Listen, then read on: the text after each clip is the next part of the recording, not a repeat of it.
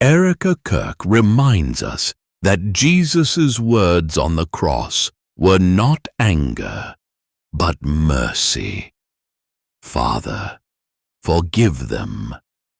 She explains that in his deepest agony, Jesus chose forgiveness, revealing a love beyond measure.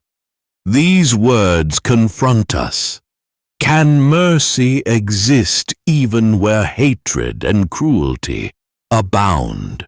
In Luke 23:34, the Gospel records, Jesus said, "Father, forgive them, for they do not know what they are doing." Erika Kirk reminds us again, these words were not of judgment, but mercy overflowing even in pain. Now let us step into the story of Scripture, into a part you may not have heard before.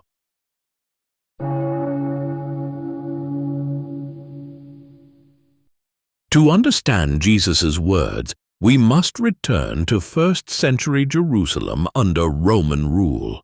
Rome used crucifixion not only to kill, but to humiliate and terrify. In this harsh world, Jesus carried his cross through the streets, mocked and beaten. The Jewish leaders accused him of blasphemy, while Rome judged him as a threat. The crowd, swayed by fear, cried out, "Crucify him!" On Golgotha, soldiers nailed him to the cross, fulfilling Rome's cruel sentence. Above him hung the sign, "Jesus of Nazareth, King of the Jews," meant as mockery, yet declaring truth. Below, soldiers gambled for his clothes, treating him as worthless. Religious leaders sneered, saying, "He saved others. Let him save himself." The people watched, some weeping, some silent, many confused. And into this world of cruelty, fear, and misunderstanding, Jesus prayed, "Father, forgive them, for they do not know what they are doing."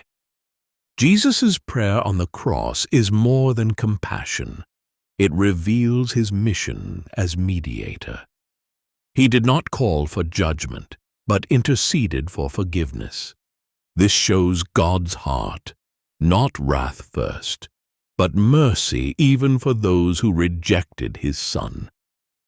Isaiah had foretold this, the servant who bore the sin of many and made intercession. It also teaches us that sin is often committed in ignorance. They do not know what they are doing. Ignorance does not erase guilt, but it opens the door for God's mercy. Jesus' prayer shows that forgiveness is not earned. It is given freely, even to the undeserving. The cross is not only a place of death, but the throne of grace. This prayer is the foundation of Christian forgiveness. We forgive because he forgave first. It declares that God's kingdom advances not by revenge, but by mercy and grace. No sin is beyond his reach of forgiveness, and as we hear his words, we step into a living testimony of grace.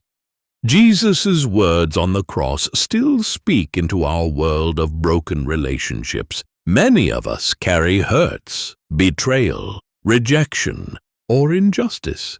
In such pain, forgiveness feels impossible, yet Jesus shows us another way. One woman forgave the man who harmed her family, not by her strength, but by Christ's mercy. She said, "When I remembered Jesus prayed, 'Father, forgive them,' I found freedom in forgiveness." Forgiveness does not erase the past, but it opens a path toward healing and peace. Another man forgave his father after years of silence, finding reconciliation through Christ. He said, "When I let go of bitterness, I felt the weight lift off my soul." These stories echo the truth of Luke 23:34. Jesus' prayer still transforms lives today. Forgiveness is not weakness, it is strength born from the cross. It breaks cycles of hatred and brings light into dark places. And these testimonies remind us, His words are alive, calling us to forgive today.